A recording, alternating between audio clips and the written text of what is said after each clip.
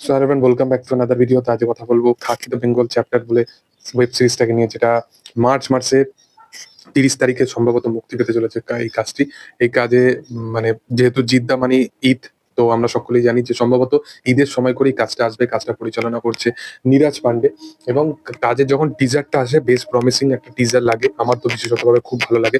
এবং জিৎ ভার্সেস প্রসেনজিৎ, এই যে ব্যাপারটা, এটা মানে প্রথমবারের মতো হতে চলেছে, এবং এরকম একটা পিক লেভেলের একটা কাজের মাধ্যম দিয়ে, তো সেটা দেখি আরো ভালো লাগছে। এবং খাকিদা বেঙ্গল চ্যাপ্টারের থ্রু আউট টিজারের মধ্যে যেগুলো বেশ প্রমিসিং লেগেছে, সেখানে জিদ্দার পারফরমেন্স, প্রসেনজিৎ চট্টোপাধ্যায়ের পারফরমেন্স, দুজনের ওই ইম্প্যাক্টফুল মানে পারফরমেন্স ওরিয়েন্টেড জিনিসগুলো, প্লাস শাশ্বত চট্টোপাধ্যায়, পরমব্রত চট্টোপাধ্যায়কে ব্যাপক লাগছে দেখতে। মিমো চক্রবর্তী প্রথমবারের মতো একটা ভালো কাজেতে তাকে আমরা দেখতে পাচ্ছি। তাকে বলিউড টলিউড সেরকম কিন্তু কাজেতে তাকে দেখতে পাইনি আমরা, বা তাকে ভালো কাজ করতে দেখিনি।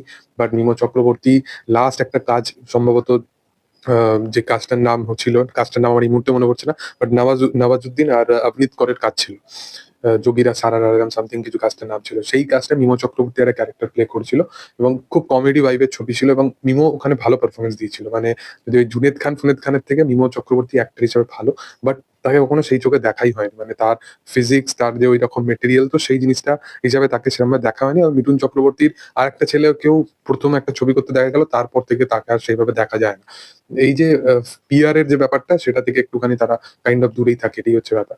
তো যাই হোক, মিঠুন চক্রবর্তীর ছেলে মিমো চক্রবর্তী এই কাজটার মধ্যে আছে, তাকে দেখে বেশ প্রমিসিং লাগছে।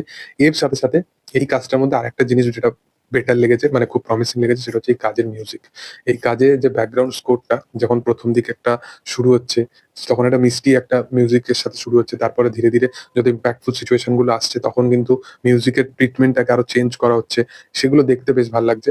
তো এই ছবির বা এই কাজের মিউজিক কে দিতে চলেছে, সেটা নিয়ে যদি কথা বলা হয়, তো তোমরা সকলেই জানো যে ফেসবুকে বেশ কিছুদিন আগেই খাকি দ্য বেঙ্গল চ্যাপ্টার নিয়ে পোস্ট করা হয়, এবং সেখানেতে ট্যাগ করা হয় হচ্ছে জিৎ গাঙ্গুলিকে। জিৎ গাঙ্গুলি এবং জিদ্দা, এই দুটোর নাম যখন একসাথে জুড়েছে, তখন হিস্ট্রি ক্রিয়েট হয়েছে। তো ফাইনালি সেই জিনিসটা আবার হতে চলেছে। আজ প্রীতম, সে কোথাও গিয়ে একটা বলিউডে প্রায়শই বেশিরভাগ ছবিতে, মানে ওই সালমান খানের প্রত্যেকটা ছবিতে বা শাহরুখের কিছু ছবি, বেশ কিছু ছবিতে প্রীতমকে বড় বড় প্রজেক্টে কিন্তু কাজ করতে, কিন্তু জিৎ গাঙ্গুলি যেরকম লেভেলের মিউজিক ডিরেক্টর, বাংলায় সে যেরকম নাম কামিয়েছে, হিন্দিতেও যেরকম যেরকম কাজ সে করেছে, সেগুলো খুব প্রমিসিং কাজ। তো খাকি দ্য বেঙ্গল চ্যাপ্টারে সে যদি আসে, তো তার মিউজিক, তার বানানো গান, সেগুলো কতটা ইম্প্যাক্টফুল হতে পারে, সেটা আমি এখন থেকে ভাবনা চিন্তা করে বোঝা যাচ্ছে। তো আমি বিশালভাবে এক্সাইটেড আছি এই কাজটা নিয়ে। এই কাজের প্রত্যেকটা জিনিস কিন্তু খুব যত্ন সহকারে ধ্যান দেওয়া হচ্ছে। তো দেখার যে আগামী দিনে কাজটা কেমন হয়। যাই হোক, তোমাদের কি বক্তব্য, তোমরা কতটা এক্সাইটেড আছো, সেটা কমেন্টে জানাতে পারো। ভিডিও ভালো লাগলে অবশ্যই লাইক, শেয়ার এন্ড সাবস্ক্রাইব করে দিও। Thank you all.